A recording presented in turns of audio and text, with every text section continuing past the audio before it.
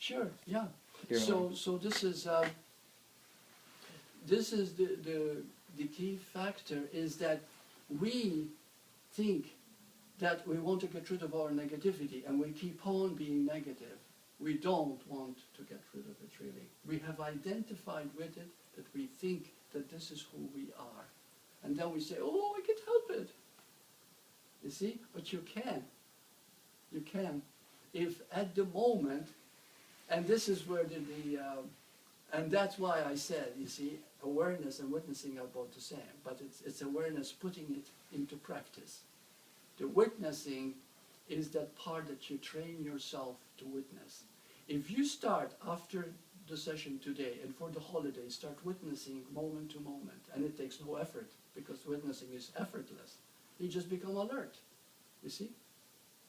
And every time that you don't feel good, every time something has gone wrong, oh, it's okay.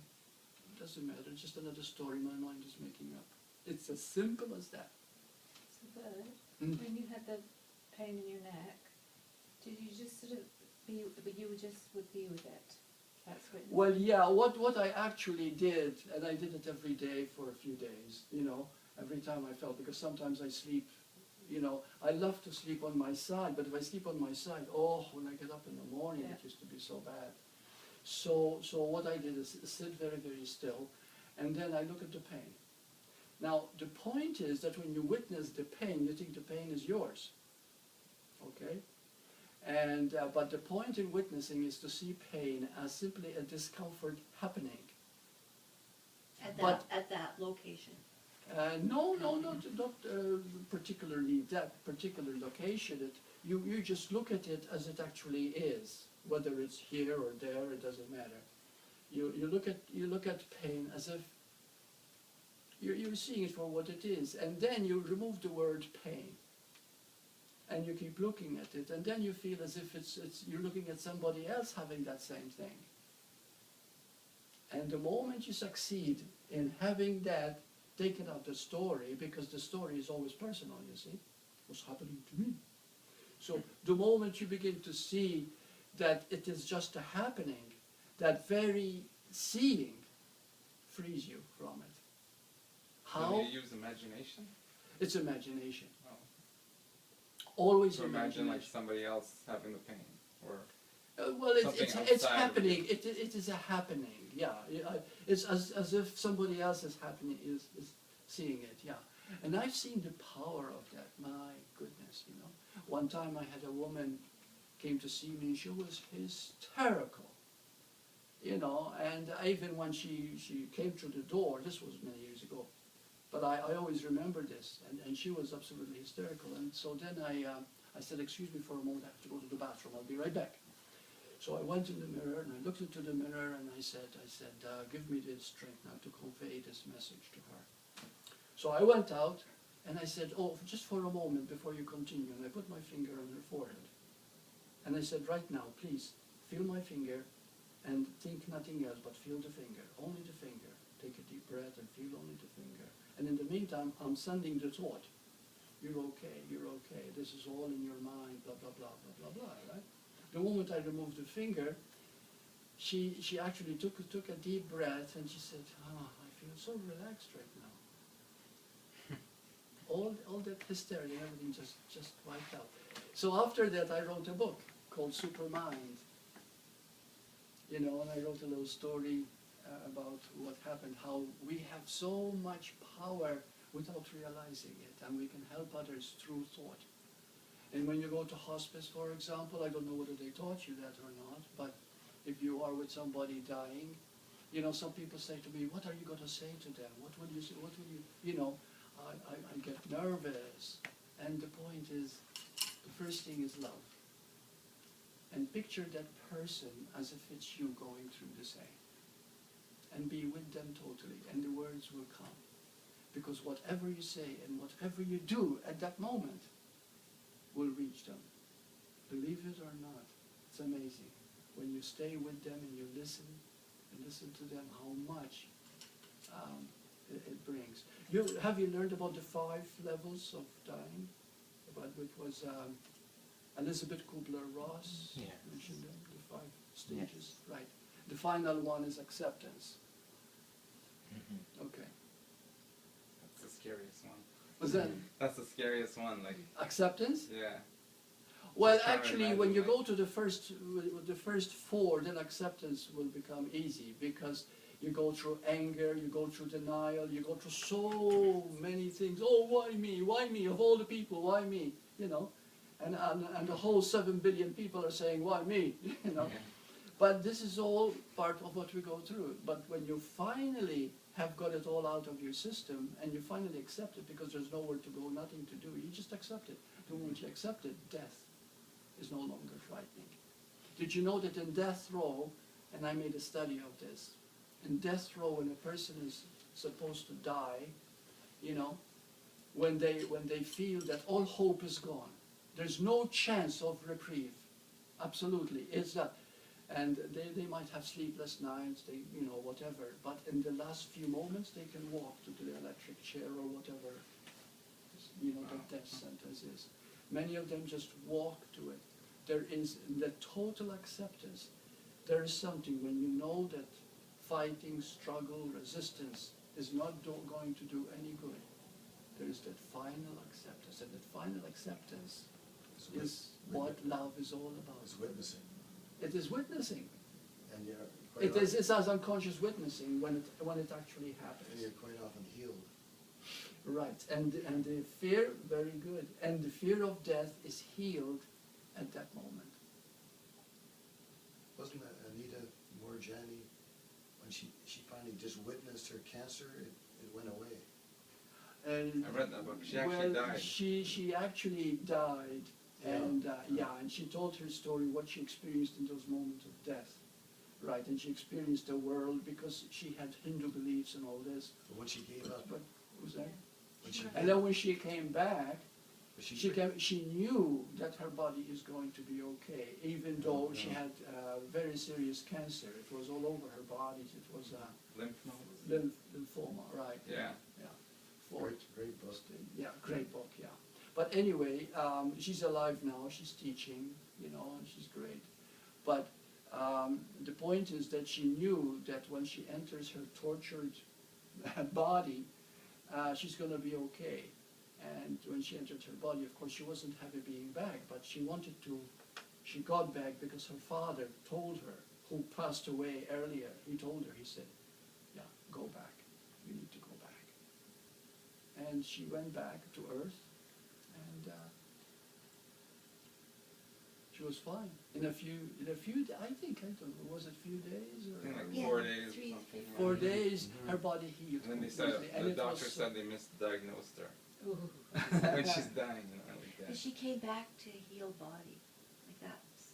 Mhm. She didn't come back to a healed body, she came back to her, And then it But it eventually. healed. it eventually healed. Very rapidly, yeah. But very rapidly, yeah. The power, well, just like, you know, did you hear about twins? Not twins, sorry, double personalities, split personality. One time I made a little study, this was quite a few years ago. There was a split personality, a man had two different personalities, totally different. One is totally depressed and unhappy and he had diabetes, and the other one was in perfect health. And they're both the same body. So whenever he was the personality of the depressed person, he had diabetes very serious. But the moment the personality changed, all of a sudden he was aggressive, outgoing, and his body was healthy. So all is mind, like the Course in Miracles says. You see? So, boy, you talk a lot, Bert. Bert, could you go over Boris's example again? About how you were saying about the witness? You're unable to witness. Because you said you wanted to witness, it was almost like you felt like you couldn't. So Because is it the wanting that was the inability right there? is wanting to fix or change the situation through this technique of witnessing. And that is when you Which fail. is, Yeah. Yeah. is Did you the still using your contradictions right there, yeah. Mind. Okay. Yeah, you see, when you try to fix yourself, that's when you don't fix yourself. And that's why people can end up in a mental home totally dysfunctional, because they're trying to fix themselves. So, I must be better, I mustn't go like this. I promise to you, from now on I'm going to be good. I won't drink anymore, I won't smoke anymore. It doesn't work. You see, you keep falling back because the patterns, the subconscious acceptance of those beliefs, it has become such a habit that it's ingrained in you, and it keeps on repeating. But the witnessing is powerful, and if you practice it, of course, is because when you witness something without a story, your mind wants to keep on the story alive. Okay, it definitely wants to, because this is what you've trained your mind to keep on indulging in negativity. But if at that moment you see it all, you see it very, very clearly, you know, and you say, you know, at that point, there was a moment when you accept the witnessing. Yes, it's just a story. Well, and you just see there's nothing to fix. What's that? You just see there's nothing to fix. Yeah, there's nothing to fix. Exactly. You see? Think a thought right now. Any thought. Are you thinking it? Okay, now stop. Where is it? There's nothing there, right? See, we make thoughts real, and then we become sick if they are sick thoughts. But when you look, there's nothing there. Thoughts are just like clouds in the sky. They might darken the day because they cover up the sun. But the point is, they are nothing. They come and go. Poof. But you can't always find the thought, right? That's causing your problem.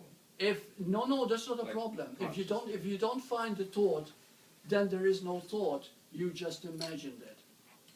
Because thought is image. Thought is an image. It can't be in your subconscious without you. If knowing all about it. thoughts come from the subconscious ordinarily, the greatest percentage of thought come from the subconscious. If you've been brought up, like I had a guy, and he said, I followed the course, the law of attraction. He said, I tried to be successful in business. I've tried everything. He says, I've studied, I spent hundreds of dollars following a course, law of attraction. And he came to see me and he says, I can succeed, and nothing happens. And then I said, okay, let's find out what is the cause here. I immediately go to the subconscious.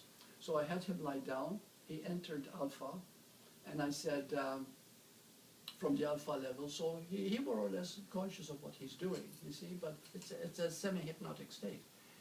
And so I took him back to when this fear of failure was there, you see, and it happened when he used to help his dad in his workshop. And he was 6 years old, and he's always dropping the nails or doing something wrong, and his father used to get so enraged, you'll never amount to anything, you're such a klutz, you're a failure, he used to say to his son. So can you imagine, he carried that in his subconscious, and now no matter what he tries, he can succeed. But after we did the session, believe it or not, a few months later, quite a few months, I got an email from him, and he's got a very successful business. So in other words, he got to understand the story that was planted in his subconscious by becoming aware of it and seeing it as just a story and has no reality, but only because he believed it. Okay? He actually healed it. So how do you find that on your own? Like without your help? Like you helped him go under hypnosis. Yeah. How would You can find help that yourself on the your own? same way. If you fail at anything repeatedly, if something keeps repeating that you don't like, that is holding you back, become very still. Always take a deep breath. That immediately puts you in harmony. Okay? Even if you're very angry, if you take a deep breath and hold it for 5 seconds, that 5 seconds will take away the anger, at least the agitation that brought it about. And then once you relax, then see where it leads to. What is it telling you? What is the language telling you? For example, Byron Katie came up with 4 questions. You know, how real is it? Can you prove that it's real? If you didn't have it, what would be it? Who would you be without it? And then number 4, if you said to yourself, I'm not good enough, there's something wrong with me, to reverse it. I am good enough. You see what I mean? And you'll find that the truth, which is the better, like the part that is very, very positive, is always more, is more something that you can get than the negative. See, we think negatively so long and so often that it's become a part of our life, not realizing that to be without negativity, to be positive, and not positive or negative, but to be yourself is the simplest thing in the world. And that's when you gain the force, you see. So you get in touch with it like this. But let me reiterate here. Don't try to work at it too much. Don't try to figure out, because if you employ the mind, you're sunk. Okay, always employ your heart. Listen with your heart. So if you're anxious at the moment, don't try to figure it out. I am anxious, and that's a fact. Now, the point is, okay, there's anxiety, and there's something in you that is not loving right now, because there's something in you that wants love, but somehow you don't feel you're going to get it. Are we very clear with that? We're It's all- not something I would say to myself, that I'm not getting the love that I want.